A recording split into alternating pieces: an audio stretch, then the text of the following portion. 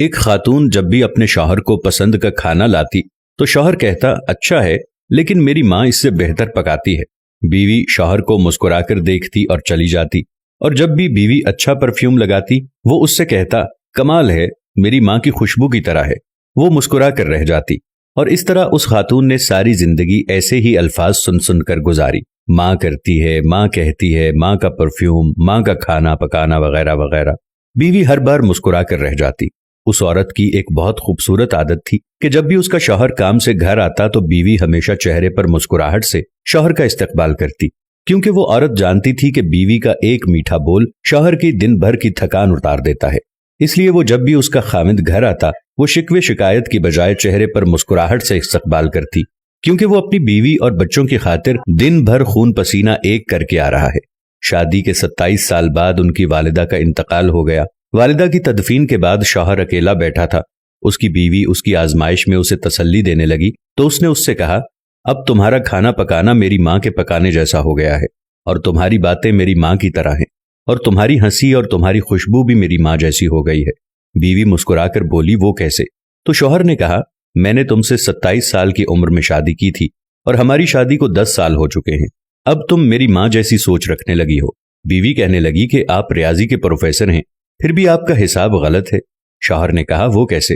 بیوی کہنے لگی میں جب تک زندہ ہوں آپ کی ماں کے برابر نہیں بن سکتی، ان کے 34 سال دینا میرے 27 سال کے برابر نہیں ہو سکتے، اور جس کے قدموں کے نیچے جنت ہے میں ان کے برابر نہیں ہو سکتی۔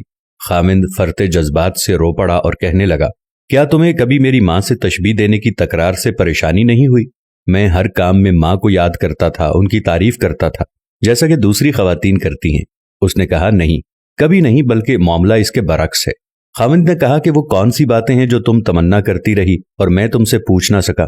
بیوی نے کہا کہ جب بھی آپ اپنی ماں کی بات کرتے اور میرا موازنہ ان سے کرتے تھے میں کہتی تھی اے اللہ میرے بیٹے کے دل میں میری محبت ویسے ہی ڈال دے جس طرح تو نے اس کی دادی کی محبت اس کے باپ کے دل میں ڈالی ہے، کیونکہ آپ کی اپنی والدہ سے محبت تمام حدوں سے بڑھ کر ہے، اور میں بھی یہی چاہتی ہوں کہ میرا بیٹا بھی مجھ سے ویسی ہی محبت کرے جیسی آپ اپنی والدہ سے کرتے ہیں، اور میرے سرتاج مجھے آپ پر فخر ہوتا تھا کیونکہ آپ کا بیٹا آپ پر ہی جائے گا۔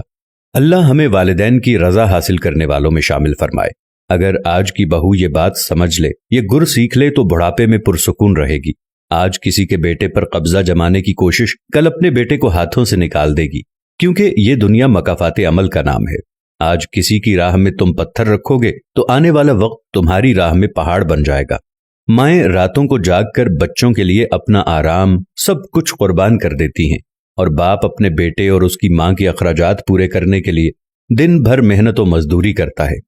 اگر اللہ تعالیٰ نے والدین کے دل میں ان کی اولاد کے لیے بے پناہ محبت اور ایثار کا جذبہ نہ رکھا ہوتا تو یقیناً بچے کی صحیح معنوں میں پرورش اور تربیت نہ ہو پاتی۔